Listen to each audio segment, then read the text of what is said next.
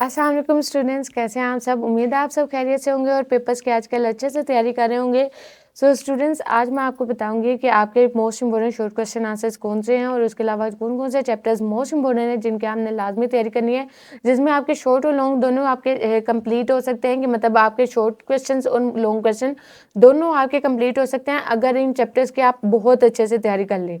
So let's see, यहाँ पे आपको स्क्रीन पर दिखाई दे रहे हैं जैसे कि आपके शॉर्ट क्वेश्चन आंसर्स आगे, जो कि आपके क्वेश्चन नंबर 2, 3, 4 होगा आपका बोर्ड के पेपर्स में। सो इन शॉर्ट क्वेश्चन आंसर्स को हमने इनमें से कौन कौन से चैप्टर्स हैं जो आपने सबसे पहले इंपॉर्टेंट जो आपने अच्छे से याद करने हैं, वो आपका आ गया चैप्टर नंबर चैप्टर नंबर 7, 8, 9, 10, 11, 12। 7 से लेकर 12 तक अगर ये आप 6 के 6 तमाम चैप्टर्स जो हैं वो आप अच्छे से याद कर लें, मतलब 6 चैप्टर 7, 8, 9, 10, 11, 12 ये आप अच्छे से याद कर लें, तो आप इसके में आपके 3 लॉन्ग क्वेश्चंस भी कंप्लीट हो रहे हैं और उसके अलावा आपके जो शॉर्ट क्वेश्चन आंसर्स हैं वो भी तमाम कंप्लीट हो जाएंगे। मीन्स कि आपके जो मार्क्स हैं वो बहुत अच्छे आएंगे अगर आप ये 6 चैप्टर्स अच्छे से याद कर लें। सो प्रिपरेशन का बेस्ट वे क्या होगा कि आप सबसे पहले अगर दिन में मतलब आप 2 चैप्टर याद कर सकते हैं या 3 chapter, it's up to you कि मतलब हर स्टूडेंट्स का डिफरेंट होता है कि कोई स्टूडेंट दिन में 2 चैप्टर याद कर सकते हैं, कोई स्टूडेंट दिन में 3 कर सकते हैं। और उसके अलावा इन चैप्टर्स को अच्छे से याद कीजिएगा शॉर्ट और लॉन्ग दोनों के अकॉर्डिंग, ताकि आपके ये दोनों पोर्शन कंप्लीट अच्छे से कवर हो जाएं और मार्क्स भी आपके बहुत अच्छे हैं, मतलब फुल मार्क्स आएंगे इंशाल्लाह अगर आपने ये 6 चैप्टर्स बहुत अच्छे याद किए हैं तो।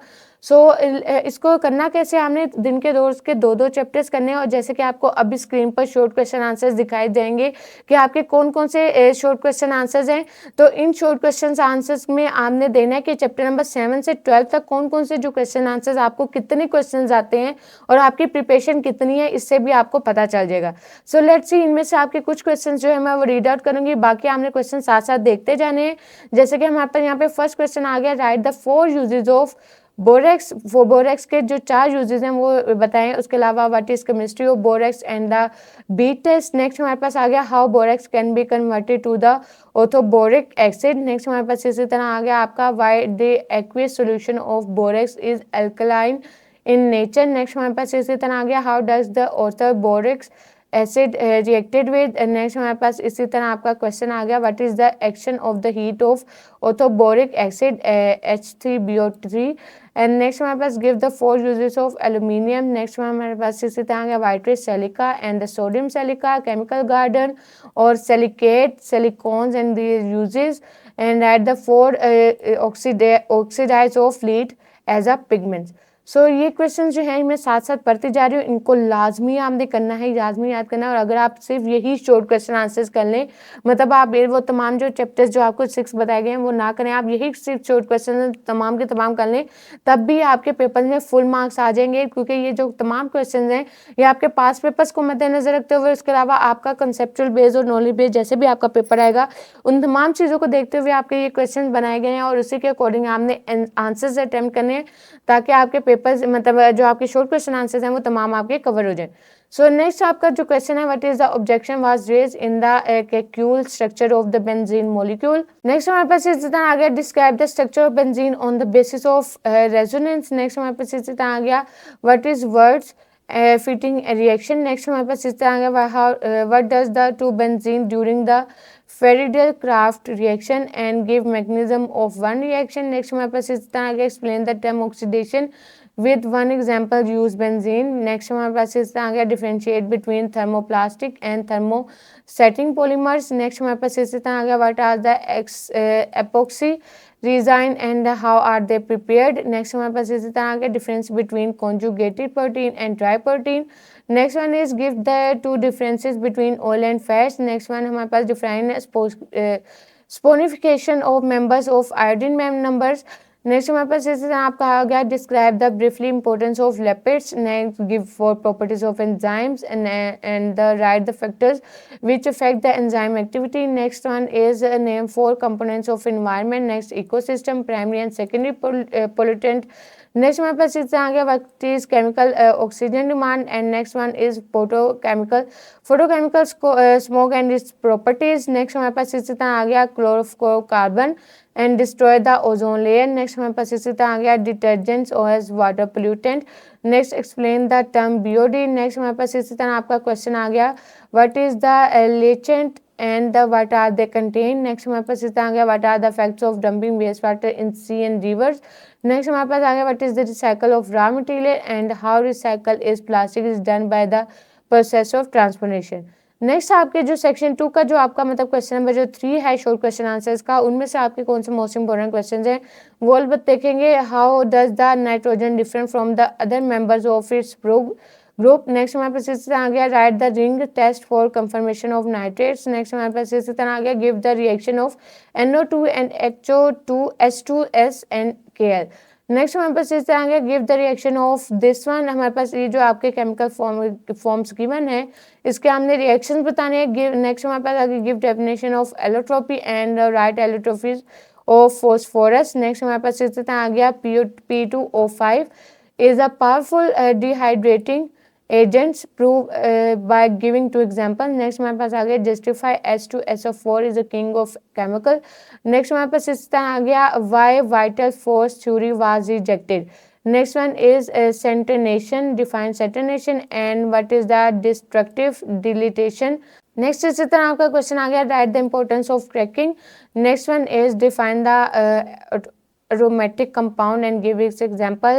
इसी तरह आपका एक्सिलिक कंपाउंड आ गया, होमोसाइक्लिक कंपाउंड आ गया और उसके अलावा फंक्शनल ग्रुप को डिफाइन करना है and give the example of oxygen containing functional group. Next हमारे पास इस तरह आ गया functional group on isomerisation and give example. Next one is metamerism with example और उसके अलावा tautomerism with example. So students ये जो आपके शॉर्ट क्वेश्चंस हैं जिसमें आपका डिफाइन के बारे में पूछा गया define the following terms and और इसके अलावा डिफ्रेंशिएट और इसके अलावा मतलब इस तरह के क्वेश्चन जो हैं इसमें अगर आप 2 से 3 लाइनें इसकी डेफिनेशंस के भी लिखें और इसकी 2 एग्जाम्पल लिखें तो आपके लिए वेल एंड गुड होगा, बहुत अच्छा होगा, अच्छे मार्क्स आप क्या गेन कर लेंगे, मतलब फुल मार्क्स आप गेन कर सकते हैं अगर आप साथ साथ एग्जाम्पल्स भी इसकी मेंशन करते जाएं। एग्जाम्पल्स ना हो गए या मतलब केमिकल फार्मूलाज जिनके केमिकल फार्मूलाज हैं अगर आप वो साथ लिखें तो भी आपके लिए बेस्ट रहेगा। सो नेक्स्ट हमारे पास इसी तरह आ गया अल्केज are less reactive than alkynes comment और नेक्स्ट हमारे पास इसी तरह आपका आ गया heat of combustion and uses of methane. Next one is what is the Raney nickel and what is it is used give the mechanism of O3 ozonolysis of ethene. Next हमारे पास इसी तरह आ गया prepare the CSAs and trans alkenes from alkynes along with the chemical equation.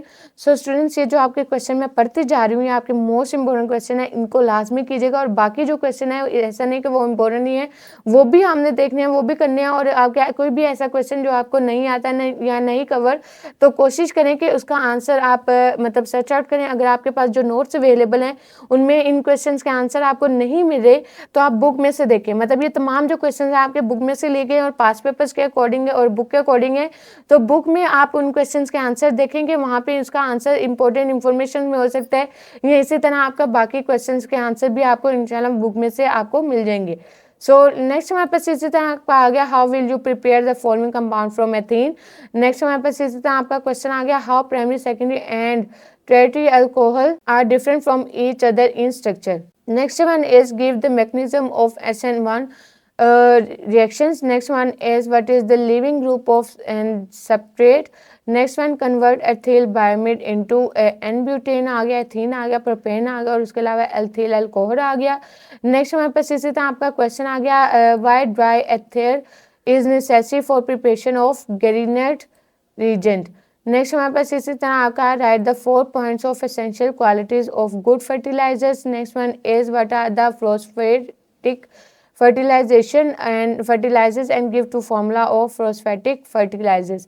Next हमारे पास आ गया just write the 5 stages involve in the manufacturing of portal and comment. Next हमारे पास इस तरह what is mean by the setting of cement and next one is हमारे पास आ गया write down the 4 non-woody raw material and the production of paper and pulp। Next हमारे पास इसी तरह आ गया आपका शॉर्ट क्वेश्चन जो नेक्स्ट आपके जो पार्ट है जो कि क्वेश्चन नंबर आपका 4 होगा उसमें जो आपके क्वेश्चन आंसर्स जो आपके इंपॉर्टेंट है वो हैं आपका D and F block elements are called transition elements. Bye. So next हमारे पास इससे आगे what are the interstitial compound. Next one is how the transition element display colour. And the next one is what do you mean by the coordination number. And the next हमारे पास इसी तरह आ गया what is ligand and give it types of ligand. और उसके अलावा next हमारे पास इसी तरह आ गया what are the commercial form of iron and what percentage of carbon is present in each. Next हमारे पास इसी तरह आ गया write down the names of the plated iron gas get rusted quickly. So इसके अलावा write down the names of any 4 method of prevention of corrosion. Next one इसी तरह आपका क्वेश्चन आ गया differentiate between primary and secondary alcohol. Next one is हमारे पास इस तरह आ गया alcohol is denatured and the write the Lucas test and what are the uses of methyl and ethyl.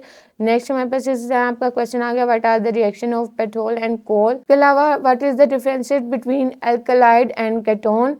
Next is what is the formalin and prepare the alkaline from the calcium acetate. And then how will you distinguish between ethyl and benzyl hydride. Next हमारे पास इसी तरह आ गया how the HCHO and HCH3CHO are polymerized. Next one is write the 4 important uses of acetaldehyde and the formaldehyde. और उसके अलावा next हमारे पास आ गया write the mechanism of amide formate. और उसके अलावा 4 uses of acetic acid and amino acid. और उसके अलावा जो ग्लेशियल एसिटिक एसिड है ये आपने ये भी लाजमी याद करने हैं.